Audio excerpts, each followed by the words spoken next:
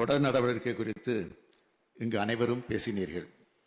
கடந்த ஆண்டு மே மாதம் நடைபெற்ற இதே போன்ற சம்பவம் தொடர்பான வழக்கினை இந்த அரசு சிபிசிஐயிடம் ஒப்படைத்தது. அந்த வழக்கு 2 மாவட்டங்கள் தொடர்புடையது. அதில் விழுப்புரம் வழக்கினை பொறுத்தவரையில் 21 குற்றவாளிகள் கைது செய்யப்பட்டனர். 8 குற்றவாளிகள் குண்டர் தடுப்பு சட்டத்தில் சிறையில் அடைக்கப்பட்டுள்ளனர். காவல்துறை அலுவலர்கள் 16 பேர் மீது ஒழுங்கு நடவடிக்கை எடுக்கப்பட்டுள்ளது. அந்த வழக்கில் கள்ளசாராயம் தயாரிக்க மெத்தனால் ஆந்திர மாநிலத்திலிருந்து கொண்டு வரப்பட்டது விசாரணையில் தெரிய வந்தது. இந்த வழக்கு விசாரணை முடிக்கப்பட்டு விழுப்புரம் நீதிமன்றத்தில் இறுதி அறிக்கை தாக்கல் செய்யப்பட்டுள்ளது. செங்கல்பட்டு மாவட்ட வழக்கினை பொறுத்தவரையில் 6 வழக்குகள் பதியப்பட்டு விசாரணை மேற்கொள்ளப்பட்டதில்லை. 9 குற்றவாளிகள் கைது செய்யப்பட்டனர். அவர்களுள் 5 நபர்கள் குண்டர் தடுப்பு சட்டத்தில் சிறையில் அடைக்கப்பட்டுள்ளனர். 6 காவல்துறை அலுவலர்கள் சஸ்பெண்ட் செய்யப்பட்டார்கள். இந்த வழக்கின் விசாரணை இறுதி கட்டத்தை எட்டியுள்ளது.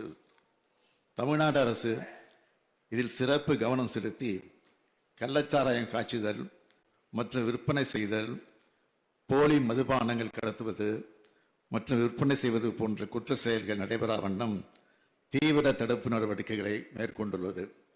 அவற்றை பட்டியலிட்டு சொல்ல விரும்புகிறேன். கள்ளச்சாராயம் காய்ச்சுவதை தடுக்க மாவட்ட காவல்துறையுடன் மதுவிலக்கு அமலாக்க பிரிவு மற்றும் வருவாய்த்துறையினரால் அடிக்கடி சிறப்பு சோதனைகள் நடத்தப்படுகின்றன. நமது அரசு பொறுப்பேற்றதிலிருந்து இதுவரை கள்ளச்சாராயம் காய்ச்சுவர்கள் மீது 4,63,710 வழக்குகள் பதிவு செய்யப்பட்டு 4,61,084 பேர் கைது செய்யப்பட்டனர். இந்த அரசு பொறுப்பேற்றதிலிருந்து இதுவரை 565 பேர் குண்டர் தடுப்பு சட்டத்தின் கீழ் கைது செய்யப்பட்டிருக்கிறார்கள்.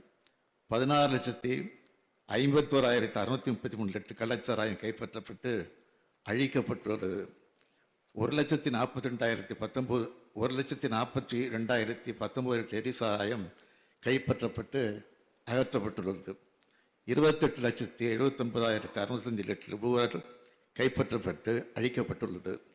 மாநிலம் முழுவதும் மொத்தம் 45 நிரந்தர மதுவிலக்கு சோதனை சாவடிகள் ஏற்படுத்தப்பட்டு சட்டவிரோத மதுபான கடத்தலை தடுக்க நடவடிக்கை எடுக்கப்பட்டுள்ளன.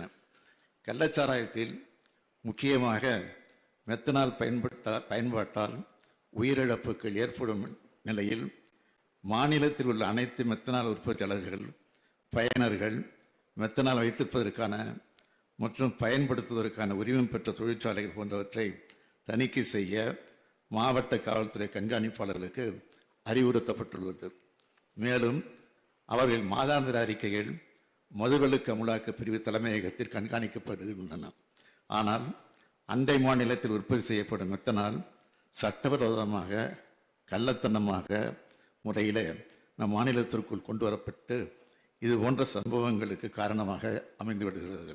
மேலும் அரசின் அறிவுரையின்படி போதைப் பொருட்கள் தடுப்பு சம்பந்தமாக மாவட்ட ஆட்சித்தலைவர் தலைமையில் காவல்துறை வருவாய்த்துறை அலுவலர்கள் மற்றும் தமிழ்நாடு மாநில வாணிப கழகத்தின் மாவட்ட மேலாளர் ஆகியோரை கொண்டு ஒவ்வொரு திங்கட்கிழமையும் மாவட்ட ஒருங்கிணைப்பு கூட்டங்கள் நடத்தப்படுகின்றன. கள்ளச்சாராயம் காய்ச்சுபவர்கள் மற்றும் போதைப் பொருட்களை விற்பனை செய்பவர்கள் மீது பாரபட்சமின்றி குண்டர் தடுப்பு சட்டத்தின் கீழ் நடவடிக்கை எடுக்க வேண்டும் என்று உத்தரவிட்டுள்ளேன்.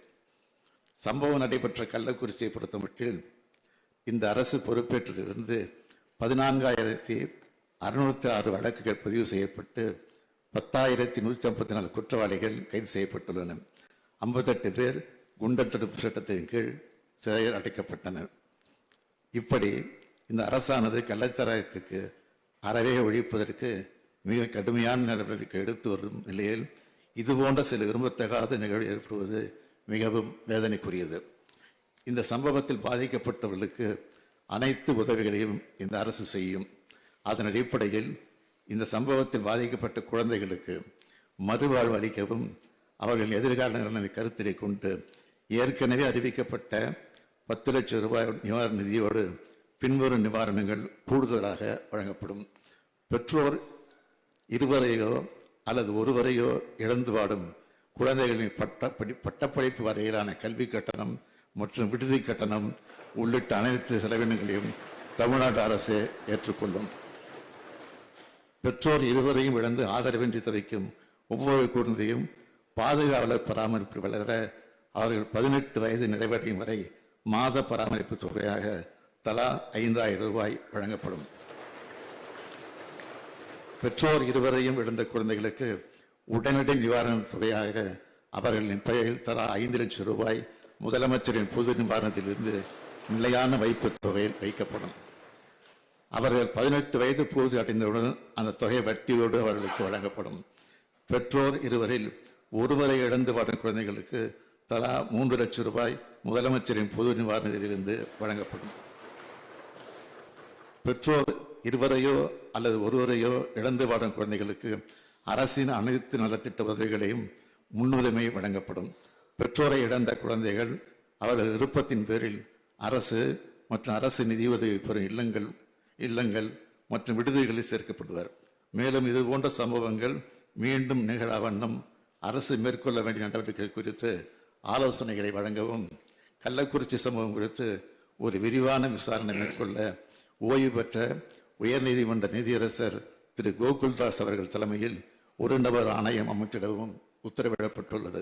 இந்த ஆணையம் இது குறித்து முழுமையாக விசாரித்து தனது பரிந்துரைகளை 3 மாதங்களுக்குள் வழங்கும். அதன் அடிப்படையில் இந்த அரசு உரிய நடவடிக்கைகள் மேற்கொள்ளும் என்று தெரிவித்துக் கொள்கிறேன். நடைபெற்ற சம்பவத்துக்கு முதலமைச்சர் பொறுப்பேற்க வேண்டும் என்று இங்கு பேசினார்கள். உள்துறை கவனிப்பவன் என்ற முறையில் மட்டுமல்ல, தமிழ்நாட்டின் முதலமைச்சர் என்ற முறையில் இந்த பிரச்சனையில் இருந்து நான் ஓடி ஒளிவப்பன் அல்ல, பொறுப்பை உணர்ந்ததற்காக தான் பொறுப்போடு பதிலளித்துக் கொண்டிருக்கிறேன். எடுத்த நடவடிக்கைகளையும் பட்டியலிட்டிருக்கிறேன். குற்றவாளிகளை கைது செய்துவிட்டுத்தான் உங்களுக்கு பதிலளித்திருக்கிறேன். திறந்த மனதோடு இரும்பு கரங்கொண்டு குற்றம் புரிந்தவர்கள் அடக்கி வருகிறேன். எதிர்க்கட்சி ஆட்சியில் இருந்த காலத்தில் போதைப் பொருள் விவகாரத்தில் அமைச்சர்கள், உயர் காவல்துறை அதிகாரிகள் ஈடுபட்டு விசாரிக்கப்பட்டு அந்த வழக்கு நீதிமன்றத்திலும் இருக்கிறது என்பதை நாட்டு மக்கள் மறந்துவிடவில்லை. அதிமுக ஆட்சி காலத்தில் ஏற்பட்ட கள்ளச்சாராய மரணங்கள் பற்றிய பட்டியல் என் கையில் இருக்கிறது. அதையெல்லாம் வைத்து அரசியல் பேச நான் விரும்பவில்லை. துயரம் மிகுந்த இந்த சம்பவத்தை அரசியல் ஆதாயம் தேட வேண்டாம் என்று கேட்டுக்கொள்கிறேன். என்னை பொறுத்தவரை சமூக விரோத சக்திகளிடமிருந்து மக்களை காக்க எந்த விதமான கடுமையான நடவடிக்கைகளை எடுப்பேன் என உறுதி அளிக்கிறேன். வணக்கம். பாதகம் செய்பவரை கண்டால் நாம் பயங்கொள்ளலாகாது பாப்பா, மோதி மிதித்து விடு பாப்பா, அவர் முகத்தில் உமிழ்ந்து விடு பாப்பா. அண்மை செய்திகளை உடனுக்குடன் தெரிந்து கொள்ள இணைந்திருங்கள் இயம்நாடு தொலைக்காட்சியுடன்.